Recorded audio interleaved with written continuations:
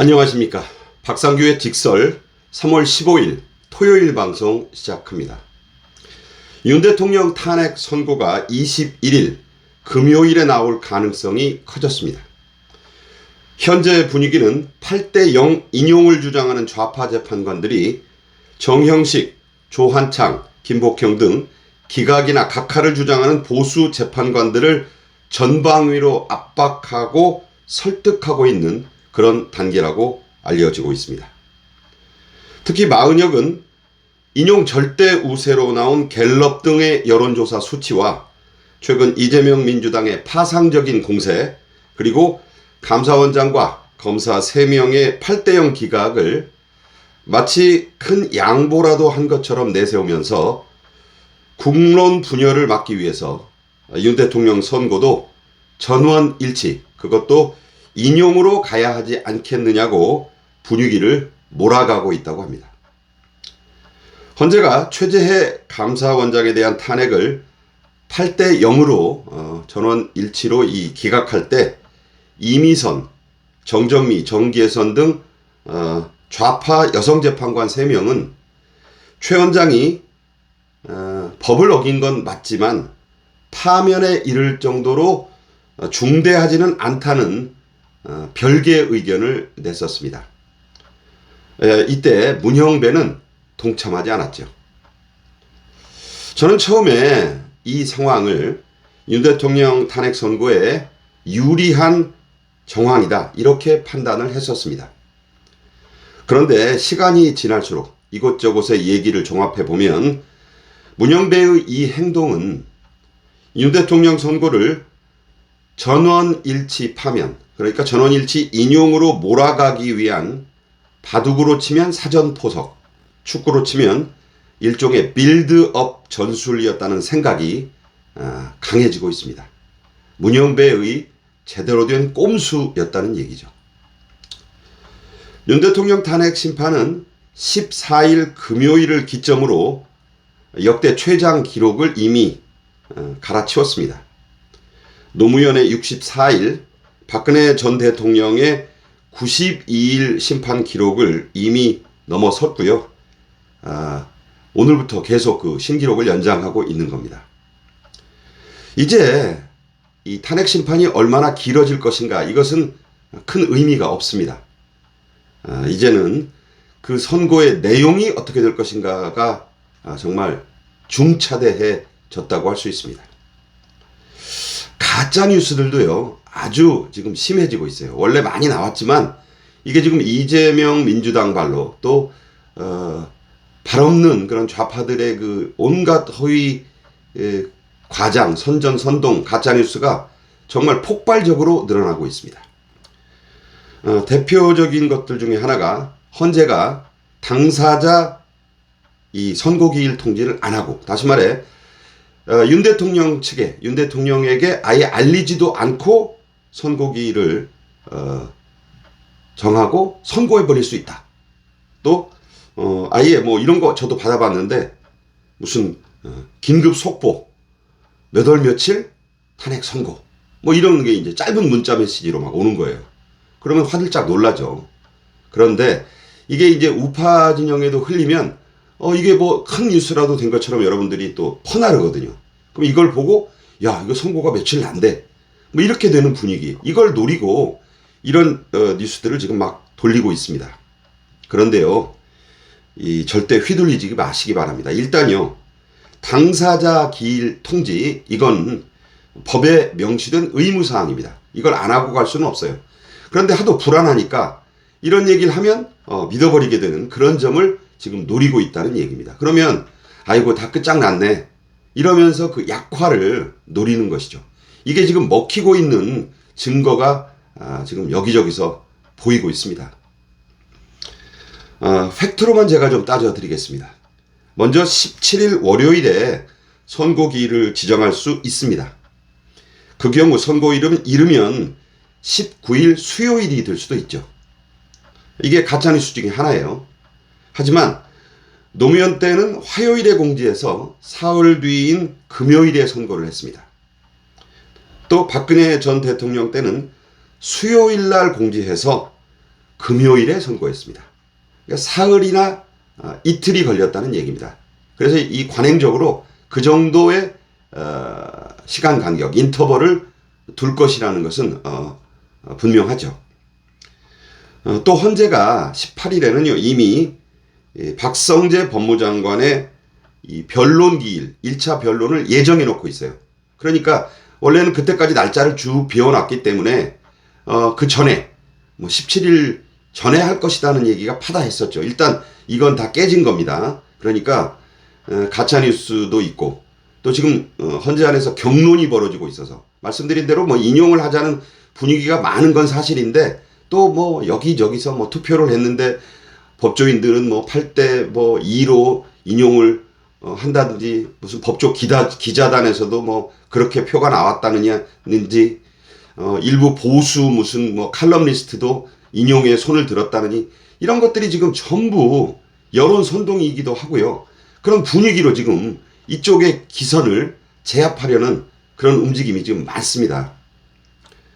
그래서 이 18일 화요일에 박성재 장관의 이 변론기일 때문에 월요일에 선고기를 지정하기에는 여러 가지로 좀 가능성이 매우 낮다 말씀드릴 수 있습니다. 물론 불쑥할 수도 있어요. 지금 현재 분위기를 예측하기가 아주 곤란하기 때문에 그러나 현재의 여러 가지 분위기상 그렇게 불쑥 들이밀 수는 없을 것이다. 저는 그 가능성이 더 높다고 봅니다. 그렇게 되면 윤 대통령 선고기일 지정에 가장 적합한 시간 19일이 됩니다. 이 경우 가장 유력해지는 선고 시점 바로 21일 금요일입니다. 이틀 간격을 두는 것이죠. 그러나 보수 재판관들이 현재 기각이나 각하 의견을 좀처럼 굽히지 않고 있다는 소식이 들려옵니다. 저도 이런 소식은 계속 듣고 있어요. 다만 확인은 안 되고 있어요. 그러나 이게 길어지고 지난 금요일, 토요일, 오늘 이 시점까지 오고 있다는 것은 그게 지금 만장일치로 가려는 문영배의 그 밀어붙이기가 선뜻 지금 성공하지 않고 있다는 얘기가 되고 있습니다. 그래서 그 소문이 맞다면 맞기를 바랍니다. 이 빡빡한 일정은 뒤로 미뤄질 가능성이 큽니다.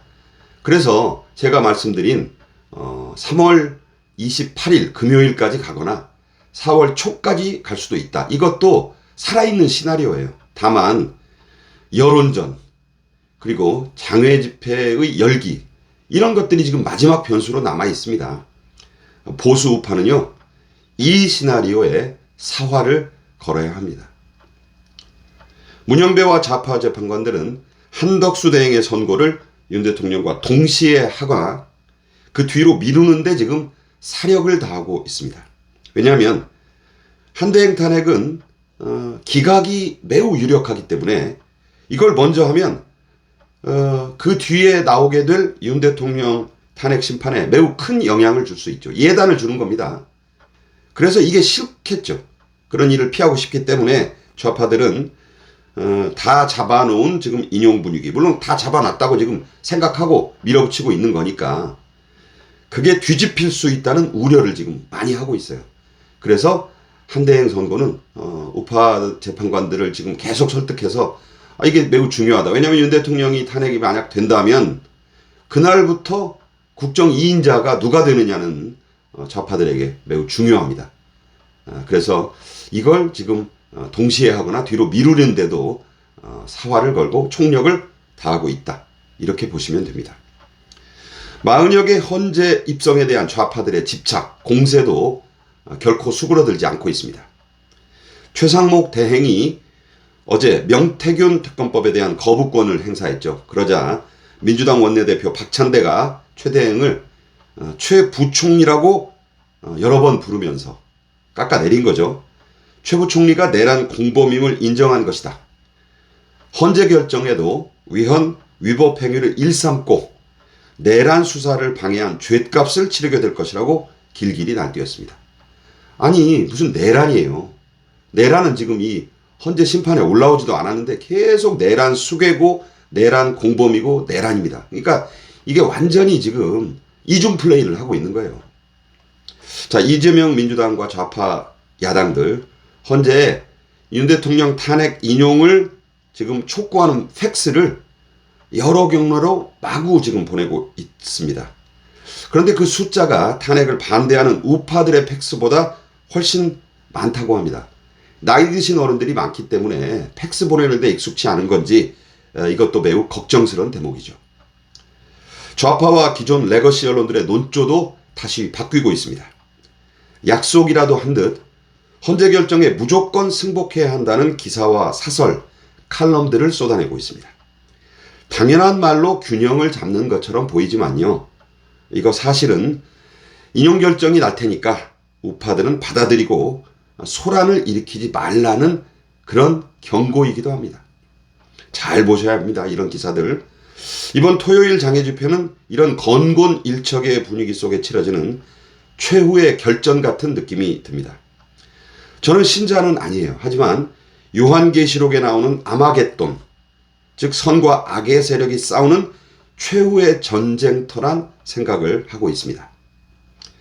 지금 분위기로는 3월 29일 토요일 집회가 과연 있을지 없을지 솔직히 자신할 수 없습니다. 좌파들은 곳곳에서 장애 집회를 하고 광화문까지 거리 행진을 한다고 합니다. 황당한 러시아 권총 암살설까지 나돈 이재명은 이 거리 행진에는 빠진다고 하는데요. 반면 우파들은 광화문과 여의도로 흩어지고 경북 구미역과 김천 등지로 나뉘어서 의원들이 나뉘어서 간대요. 집회에 참석한다고 합니다. 좀 한가해 보입니다. 걱정스럽습니다. 제 개인적 생각으로는 전광훈이니 소년본이 하는 그 목사들이 자기 세력화를 하는데 골몰해서 이 손을 합치지 않고 있는 것도 큰 문제라고 봐요. 여당 의원들 이렇게 또 이곳저곳으로 나뉘는 모습도 걱정스럽습니다. 지금은 건곤일척, 그야말로 하늘과 땅을 걸고 운명을 건 단판 승부를 내야 할 때입니다. 헌재 심판에는요, 삼심제가 없어요. 단심입니다. 거의 모든 전쟁은 방심을 노린 적의 기습과 급습으로 승패가 결정났습니다. 이번 윤 대통령의 탄핵 심판은 그 재판이 돼서는 절대로 안 됩니다. 지금까지 박상규의 직설이었습니다. 감사합니다.